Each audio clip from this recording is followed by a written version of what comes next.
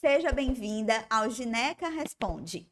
Então, eu vou trazer aqui para vocês, queria compartilhar com vocês a pergunta mais interessante que eu recebi essa semana lá no meu perfil do Instagram. Inclusive, se você não me segue ainda e você é enfermeiro e você gosta de saúde da mulher, você não pode deixar de estar lá. A minha página no Instagram é EnfDR Ana Fátima, tá? Eu espero vocês lá, inclusive mandem dúvidas, mandem perguntas para a gente conseguir trazer esse conteúdo mais detalhado para cá, para o YouTube, tá? Então, vamos lá. A pergunta era essa, e eu acredito que ela seja de uma mulher leiga, né? Não é de uma enfermeira, mas é bacana para que, enquanto profissional de saúde, a gente comece a atentar para quais são as dúvidas que essas mulheres trazem para a gente para o momento do atendimento. Vejam bem. Ela enviou essa pergunta. O preventivo identifica essa vaginose bacteriana? Que sintomas estariam associados? Como seria o tratamento? Muitas vezes, nos inúmeros tratamentos, não se fala nada em tratar o parceiro. Por quê? Queixas recorrentes, automedicação frequente e sempre o mesmo relato. Sei que é uma queixa geral das mulheres que mantêm relações sexuais. Então, vamos lá, tem bastante coisa para a gente conversar e tirar a dúvida dessa paciente. Começando pela vaginose bacteriana, ela pergunta: o preventivo, né, a coleta de Papa Nicolau, identifica essa vaginose bacteriana? A pergunta é sim, é possível identificar. O Papa Nicolau, ele não tem como prioridade, ele não é um exame que ele foi desenvolvido para que a gente tenha esse objetivo, né? Ele não foi desenvolvido com esse foco. A coleta de Papa Nicolau, o exame de Papa Nicolau, ele foi criado para que a gente pudesse analisar, né, lesões precursoras do câncer de colo de útero. Então, é um raspado de células do colo do útero que são analisadas a nível laboratorial e que, por meio de um laudo, que a gente chama de laudo citopatológico, nós vamos encontrar ali se há ou não a presença de alguma atipia, algo patológico ou algo que nos chame a atenção nas células do colo do útero. Então, o objetivo do Papa Nicolau não é identificar micro-organismos, mas se quando você realiza a coleta, esse micro-organismo está ali predominante, né, presente, e ele veio junto da coleta, então sim, aí passa a ser possível identificar a vaginose bacteriana por meio do Papa Nicolau. Bom, outras formas que nós teríamos de identificar essa vaginose bacteriana e que seria até um exame mais adequado, exame de conteúdo vaginal.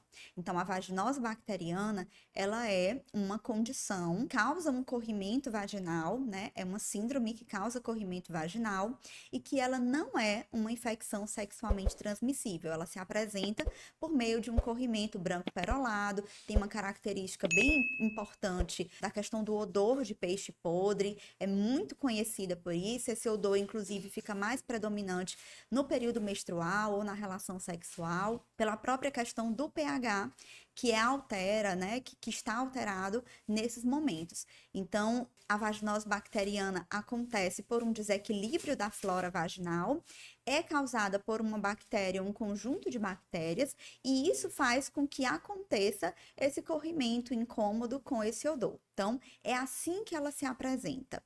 Então, para termos, né, um diagnóstico mais adequado, nós podemos fazer isso clinicamente, observando, né, ouvindo essa paciente, a queixa que ela traz e identificando a característica desse corrimento, somado à questão do odor. A fita de pH vaginal também pode ser usada nesse momento. Por quê?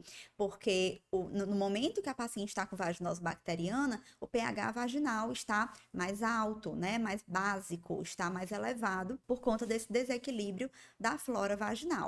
Então, a gente precisa dessas informações e conhecer a vaginose bacteriana para que a gente consiga responder o restante das perguntas dessa paciente. Então, que sintomas estariam associados? Aqueles característicos da vaginose. Um corrimento branco perolado, muitas vezes ela não vai saber dizer essa coloração para a gente, mas ela sabe informar a questão do odor. E quando você vai fazer o exame especular dessa paciente, que você vai confirmar essas informações e você também pode somar a fita de pH vaginal.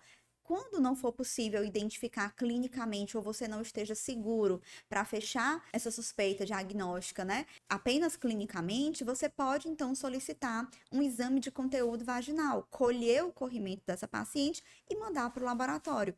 É basicamente isso, tá? E eu estou fazendo esse reforço porque muitas vezes elas já fizeram Papa Nicolau aquele ano e nem precisavam mais colher Papa Nicolau de novo. Um exame de conteúdo vaginal seria suficiente. Mas vamos lá. Próxima pergunta dela: como seria o tratamento com antibiótico, tá? Na grande maioria das vezes, por ser causado por uma bactéria ou conjunto de bactérias, vai ser necessário um antibiótico para tratar essa paciente. Como eu também sou terapeuta em ginecologia natural, posso dizer para vocês que sim, existem possibilidades na ginecologia natural que também podem ser analisadas, mas tudo vai depender do caso, né, e do quadro de cada paciente. Prestem bastante atenção nessa queixa dela.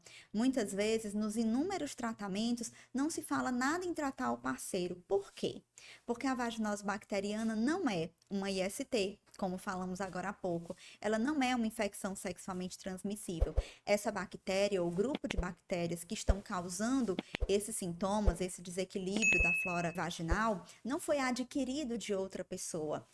São bactérias que já existem na flora vaginal, né? Já moram conosco, vamos falar assim, e às vezes por questões de higiene íntima, de hábitos íntimos, questões da nossa rotina, questões mesmo comportamentais, acabam favorecendo que essas bactérias que já estão na nossa genitália acabem crescendo desordenadamente, ou mesmo que essas nossas práticas de saúde íntima acabem matando outros micro-organismos que ajudam na nossa proteção. Bom, o fato é que é um desequilíbrio que acontece, não é algo que foi adquirido de outra pessoa.